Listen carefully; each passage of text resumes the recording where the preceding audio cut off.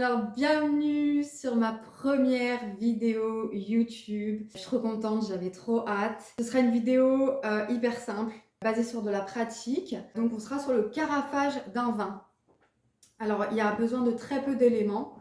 Forcément, une carafe à vin, un verre de dégustation, d'une coupelle. Donc, ce sera pour mettre les déchets une fois l'ouverture faite de la bouteille. Et bien sûr, d'un vin, donc d'un vin blanc, d'un vin rosé ou d'un vin rouge. Alors moi, souvent, je carafe plutôt les vins rouges. Il faut savoir déjà pourquoi on carafe un vin. Alors déjà, le vin est un produit vivant. Donc déjà, à partir de la fermentation, il y aura le rôle des levures. Et après, on parlera plutôt de bactéries. Et donc les bactéries sont des éléments vivants. Alors, par contre, pour le carafage, on privilégie les vins plutôt dits jeunes, les vins qui vont être un petit peu fermés.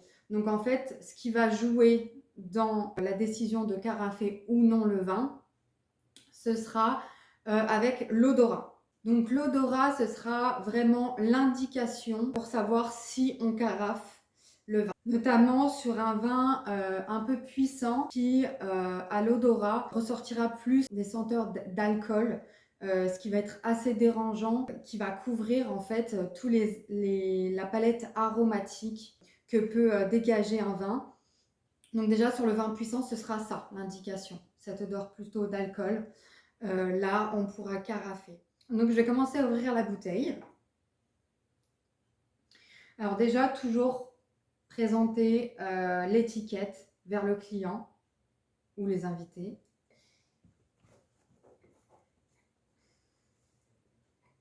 Alors bien sûr, on aura besoin du sommelier, du limonadier, je ne sais pas comment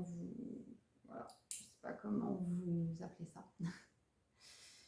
Et ça se présente un peu comme ça. Après, il y a différents, il y en a aussi, c'est des tire-bouchons. Ceux-là, c'est les plus pratiques parce qu'ils font vraiment une découpe plutôt jolie. On fera une coupe sur le côté, voilà, pour pouvoir enlever le dessus. On mettra notre déchet dans la petite coupelle. Et là, attention à bien centrer la pointe du tire-bouchon. Et on tourne, pas jusqu'au bout parce qu'il faut que le cran, vous voyez, hop, arrive jusqu'ici. On maintient bien. Moi, je suis droitière, du coup. Donc, on le fait vraiment lentement pour pas casser le bouchon. Et après, on peut tirer, hop, délicatement. Déjà, la première indication, toujours sentir le bouchon. Là, par exemple, vous voyez, ça sent déjà un peu le fruit. Alors ici, on est sur le château du Beaupré, donc en 2017. Donc c'est un coteau d'Aix-en-Provence. Donc du coup, après l'ouverture de la bouteille, alors soit vous pouvez utiliser le bouchon pour enlever les résidus, soit, j'ai oublié de vous le dire tout à l'heure, un litho, donc un torchon simple, et on vient nettoyer le goulot pour pas qu'il y ait des résidus de bouchon qui tombent à l'intérieur du vin. Donc on serre. Donc toujours, on garde l'étiquette devant. Hop.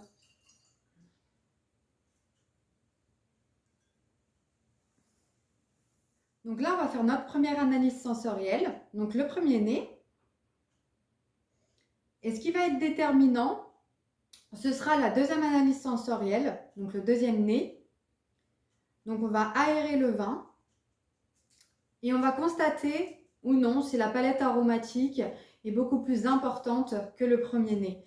Et c'est en ça qu'on saura s'il faut carafer. Donc là, forcément, il y a une palette aromatique beaucoup plus importante. Donc, je décide de carafer. Donc, le carafage, c'est tout simple, hein. On laisse l'étiquette de la bouteille de vin.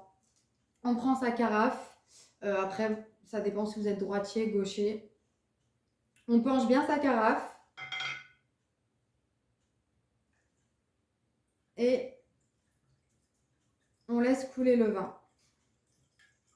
Alors des fois, sur des vins vraiment fermés, on peut vraiment carafer de manière dynamique. Mais là, ce ne sera pas forcément nécessaire. Hop.